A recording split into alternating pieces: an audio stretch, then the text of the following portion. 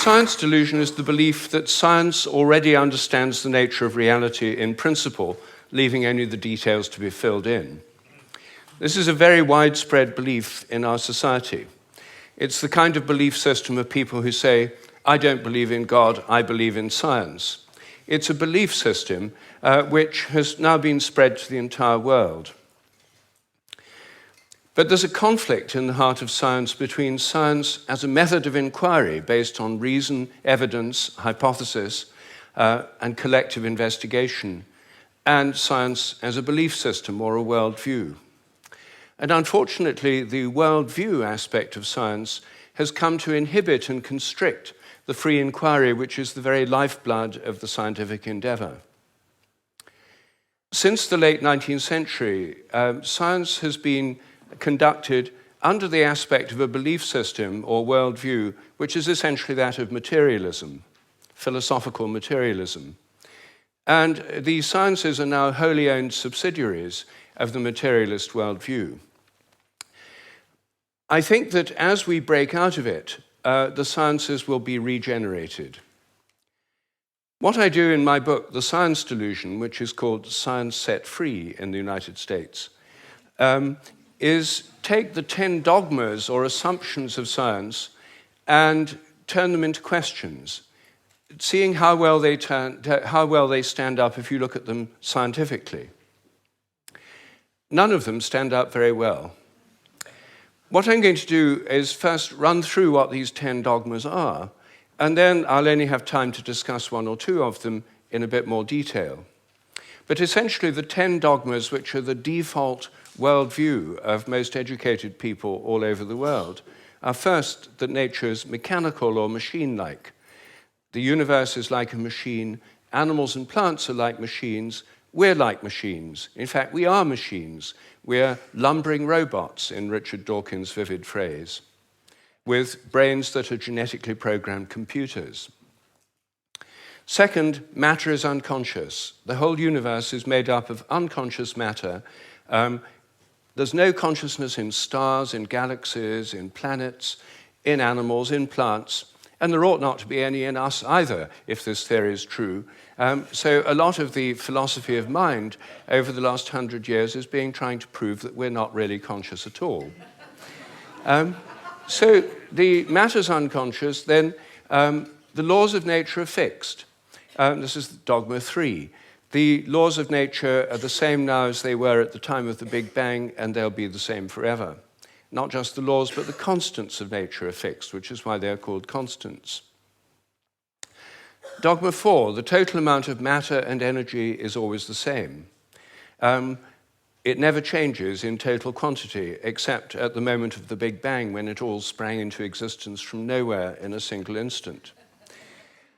The 5th dogma is that nature is purposeless. There are no purposes in all nature, and the evolutionary process has no purpose or direction. Dogma 6, biological heredity is material. Everything you inherit is in your genes, or in epigenetic modifications of the genes, or in cytoplasmic inheritance. It's material. Dogma 7, memories are stored inside your brain as material traces. Somehow everything you remember is in your brain in modified nerve endings, phosphorylated proteins. No one knows how it works, but nevertheless, almost everyone in the scientific world believes it must be in the brain. Dogma 8, your mind is inside your head. All your consciousness is the activity of your brain and nothing more. Dogma 9, which follows from dogma 8, psychic phenomena like telepathy are impossible. Your thoughts and intentions cannot have any effect at a distance because your mind's inside your head. Therefore, all the apparent evidence for telepathy and other psychic phenomena is illusory. People believe these things happen, but it's just because they don't know enough about statistics, or they're deceived by coincidences, or it's wishful thinking. And dogma 10, mechanistic medicine is the only kind that really works. That's why governments only fund research into mechanistic medicine and ignore complementary and alternative therapies. Those can't possibly really work because they're not mechanistic. They may appear to work because people would have got better anyway, or because of the placebo effect. But the only kind that really works is mechanistic medicine. Well, this is the default worldview, which is held by almost all educated people all over the world. It's the basis of the educational system, the National Health Service, the Medical Research Council, governments, and it's just the default worldview of educated people. But I think every one of these dogmas is very, very questionable. And when you look at it, they fall apart. I'm going to take first the idea that the laws of nature are fixed. This is a hangover from an older worldview before the 1960s, when the Big Bang theory came in. People thought that the whole universe was eternal, governed by eternal mathematical laws. When the Big Bang came in, then that assumption continued, even though the Big Bang revealed a universe that's radically evolutionary, about 14 billion years old, growing and developing and evolving for 14 billion years, growing and cooling, and more structures and patterns appear within it. But the idea is all the laws of nature were completely fixed at the moment of the Big Bang, like a cosmic Napoleonic code. As my friend Terence McKenna used to say, modern science is based on the principle, give us one free miracle and we'll explain the rest.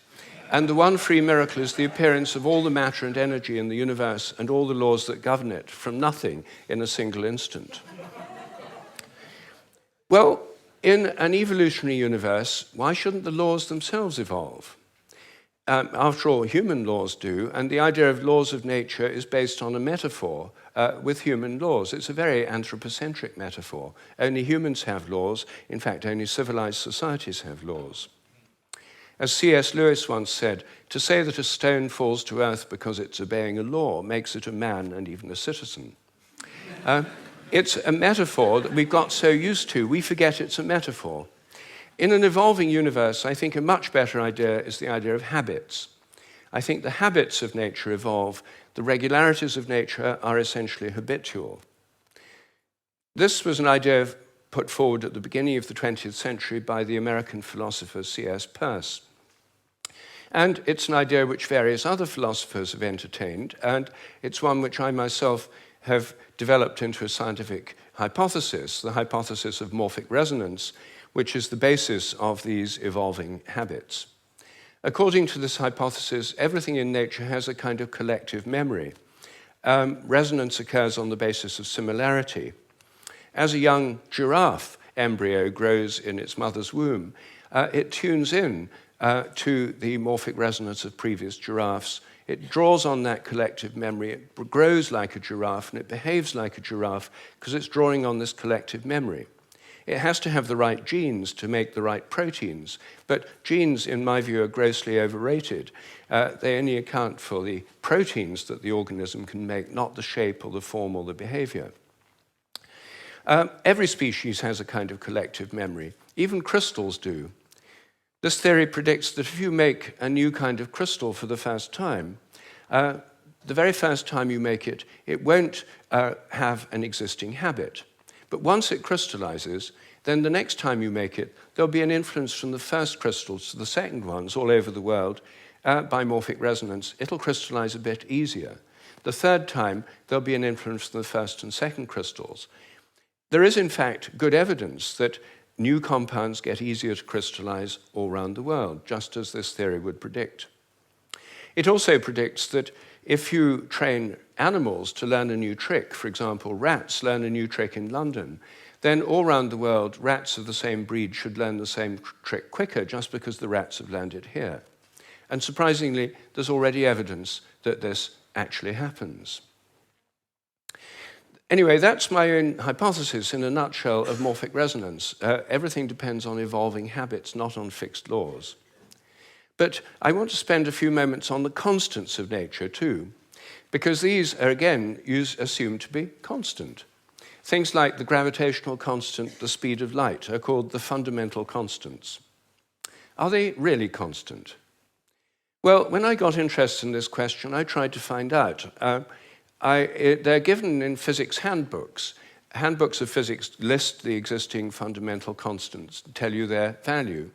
But I wanted to see if they'd changed, so I got the old volumes of physical handbooks. I went to the Patent Office Library here in London, and they're the only place I could find that kept the old volumes. Normally people throw them away when the new values come out.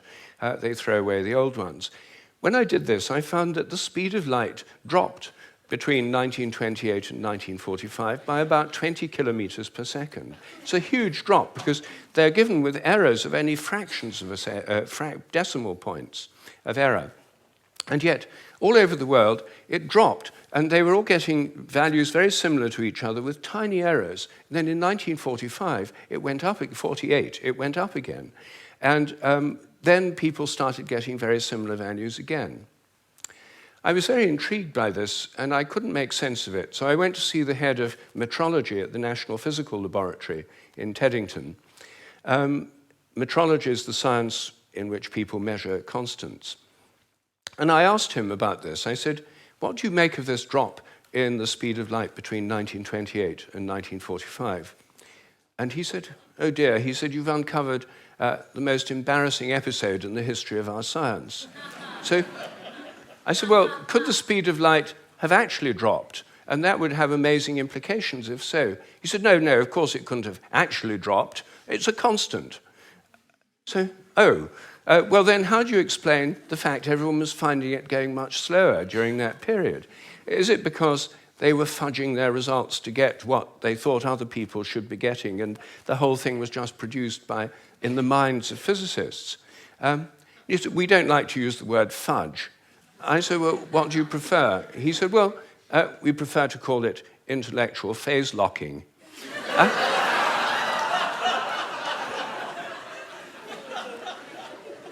So I said, well, if it was going on then, how can we be so sure it's not going on today?